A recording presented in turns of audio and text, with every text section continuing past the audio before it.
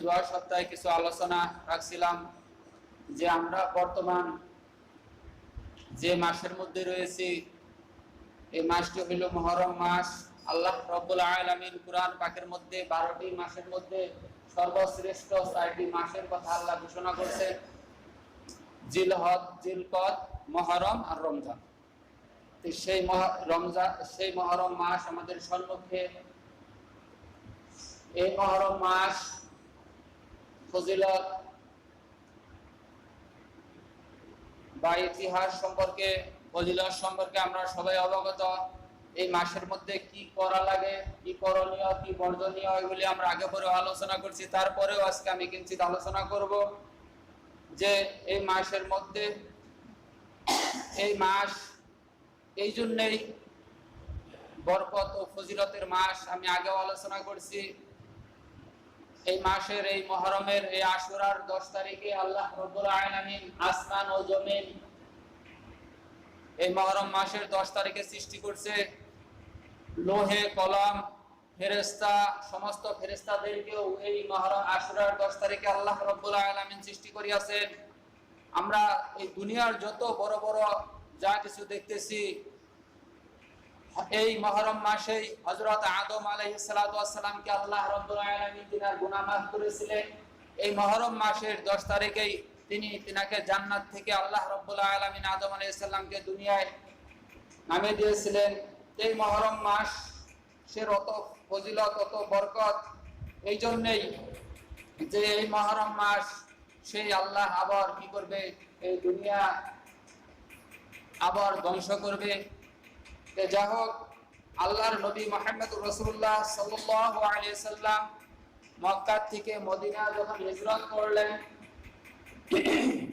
হিজরত করার পরে সেখানে যাইয়া দেখে কিছু মানুষ তারা এই মুহররমের মধ্যে, এই মুহররমের 10 তারিখে, আশুরার 10 তারিখে তিনারা রোজা রাখলেন। তো আল্লাহর নবী মুহাম্মদুর রাসূলুল্লাহ সাল্লাল্লাহু আলাইহি ওয়াসাল্লাম বললেন যে তোমরা আজকে রোজা রাখছো, কি জন্য রোজা রাখছো? তখন সেই মদিনাবাসী তিনারা বলল যে এই মুহররম মাসের 10 তারিখে হযরত মুসা আলাইহিস সালাতু ওয়াস সালামকে আল্লাহ ফেরাউনকে ধ্বংস করছিল আর ওনাকে আল্লাহ জয় করছিল, ওই জন্য আমরা রোজা রাখি। তখন আল্লাহর নবী মুহাম্মদুর রাসূলুল্লাহ সাল্লাল্লাহু আলাইহি সাল্লাম বললেন, উনি তো নবী ছিলেন, আমি একজন নবী, আমার উনি ভাই, তোমাদের চেয়ে আমারই বেশি দয়া, আমারই বেশি দক্ষতা। তো তারপরেও আল্লাহর নবী মুহাম্মদ রাসূলুল্লাহ সাল্লাল্লাহু আলাইহি সাল্লাম হাদিস শরীফের মধ্যে আসছে যে মুহররমের মধ্যে 2টি রোজা করলেন, যে আগে রোজা মুহররমের 9 তারিখ, 10 তারিখ বা 10 তারিখ 11 তারিখ, যাতে ওই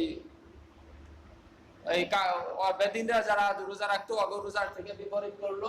এই অবস্থায় ওয়াজিব ছিল এই রোজা এই মুহররম মাসেই সর্বপ্রথম ফরজ ছিল, কিন্তু যখন রমজানের রোজা ফরজ হয়ে গেল তার সাথে সাথে এই মুহররমের রোজা মওকুফ হয়ে গেল। বিরাট ফজিলত এই মুহররমের রোজার মধ্যে। আমি যাওয়া সপ্তাহে আলোচনা করছি, যারা সহি শুদ্ধভাবে মুহররমের 9 তারিখ বা 10 তারিখ বা 10 তারিখ বা 11 তারিখ 2টা রোজা রাখে, এই মুহররম থেকে নিয়ে আগামী মুহররম পর্যন্ত তার সারা 1 বছরের সগীরা গুনাহ আল্লাহ মাফ করে দেয়। আল্লাহ পাক এই মাসের মধ্যে আমাদেরকে, যে মাসের মধ্যে দুনিয়া ধ্বংস হয়ে যাবে, আর যে মাসের মধ্যে, যে দিনের মধ্যে আল্লাহ রাব্বুল আলামিন এত বড় বড় ঘটনা, এত দুনিয়ার বড় বড় বস্তু আল্লাহ সৃষ্টি করছেন, যে সেই দিনে আমাদের করণীয় কথা আল্লাহ নবীর হাদিস দেখলে বোঝা যায় যে রোজা রাখা, জিকির আজকার করা, বা শুধু এই 2 দিনের রোজা না, আইয়ামে বিস, যে প্রত্যেক মাসের মধ্যে 3টা রোজা রাখা সুন্নাত, ওগুলা রোজা বেশি বেশি রোজা রাখা, জিকির করা, এগুলি আমাদের কাজ। এইখানে আল্লাহর নবীর থেকে হাদিস কোরআন দেখলে বোঝা যায় যে মুহররমের মধ্যে এগুলি করা লাগে। কিন্তু বর্তমান সমাজে যেগুলি দেখা যায়, যে বর্জনীয় দিক দিয়ে বলতেছি, যে কিছু মানুষ তারা হাই হোসেন করে তারা লাগাইতেছে, ফাল করতেছে, নিজের বুকে থাপড়াইতেছে, মাথা বাইরাইতেছে, মাথা ভাঙতেছে, রক্তপাত করতেছে, তারা কালা পোশাক পিনতেছে, তারা ফাল পাড়তেছে, লাভ পাড়তেছে, আগুনের মধ্যে ঝাঁপিয়ে পড়তেছে, তাজিয়া বানাইতেছে। তারা কি লাইট দুনিয়ার নিত্য সুন্দর করে মসজিদগুলি হাজিয়া সেখানে মানে সমস্ত মানুষ, মেয়ে মানুষ, পুরুষ মানুষ তারা একত্র হয়ে কি জারি করতেছে, তো এগুলি যে করে বা এগুলি যে হইতেছে, তো আল্লাহ নবীর থেকে তো এগুলি সাবিত থাকা লাগবে। আল্লাহ নবীর যেমন রোজার কথা হাদিসে রয়েছে, ফজিলতের কথা, সমস্ত বস্তু এই দিনে আল্লাহ সৃষ্টি করছে, তো এগুলি আল্লাহ নবীর থেকে কোনো হাদিস নেই। এগুলা কিছু মানুষ, তারা শিয়া সম্প্রদায়ের মানুষ, তারা এগুলি তাদের মন করা কিছু কাজ, এগুলি তেনাদের মন করা কাজ। যারা নিজে শোল থাপড়ায়, বুক থাপড়ায়, বেলের দিয়ে শোল কাটে, লাফায়, কালা পোশাক পরে, এগুলি কোনো হাদিস কোরআনে কোনো সাবেত নাই। এটা কিছু সংখ্যক মানুষ ভারতবর্ষে রয়েছে, তারা কি করে, এই হাই হুসেন করে। কিন্তু আমরা তো হুসেনকে আমরা ভালোবাসি, যে হাদিসের মধ্যে আসছে যে সেই জান্নাতের মধ্যে সমস্ত যুবকদের সর্দার হবে কারা, হাসান হুসেন সমস্ত যুবকদের সর্দার বানাবে, আমরা সবাই জানি, অবগত।